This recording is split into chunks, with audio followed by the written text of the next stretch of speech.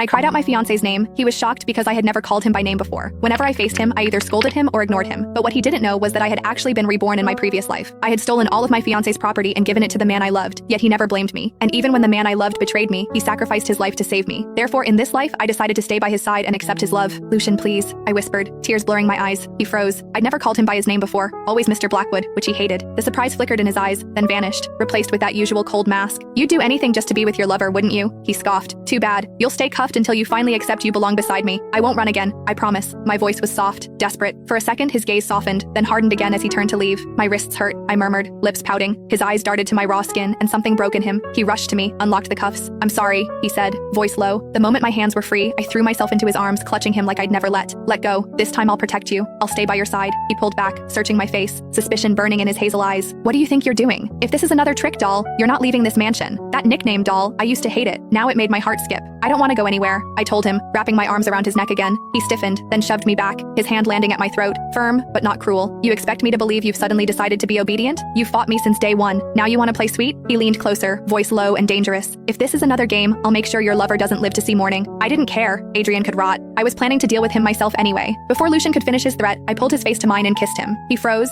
then melted. His hand slid to the back of my neck, deepening the kiss until my knees nearly gave out. Honestly, it was the best kiss of my life, and my first. When I finally needed air, I pushed weakly at his chest, but he pinned my wrists above me with one hand, his lips trailing to my neck. Next time, he murmured at my ear, remember to breathe through your nose. My cheeks burned crimson. I buried my face against his, him embarrassed until a loud commotion from downstairs snapped us both alert. Serafina, of course. I tried to leave, but Lucian's arm locked around me. Where do you think you're going? Serafina's here, I whispered. He scowled, but finally let me go with a warning. I'll trust you this time, doll, but betray me, and you'll regret it. I hurried downstairs. Serafina was yelling and shouting at Lucius's bodyguard. I'm fine, I said flatly, pushing past. She lunged at me, hugging me tight. Oh my god, Allie, did Lucius hurt you? I pulled her off. I'm fine. What are you doing here? I came to check on my sister. Is that a crime? She snapped. Not at all, but showing up at a married couple's house this late? People might think you're the mistress, I said sweetly. A few servants coughed to hide their laughter. Her face darkened. She started spewing nonsense about Adrian, about how I loved him, how Lucian's men put him in the hospital. I slapped her. The crack echoed through the hall. Servants gasped. I'd never stood up to her before. You slapped me, she shrieked, still doubting it happened. Want me to refresh your memory? I lifted my hand again. Her eyes blazed. What do I care if Adrian's in the hospital? I shot back. If he didn't want trouble, he shouldn't have. Tried to steal me from my fiancé, she sneered. But you hate Lucian? Yesterday you called him the devil potato, I said with a shrug. I've learned a few things since then. She was speechless. I lifted my hand, flashing the diamond ring Lucian had given me. See? I'm already his. Jealousy burned in her eyes. I turned to Ace. Could you please take out the trash? It's ruining the mansion's aesthetics.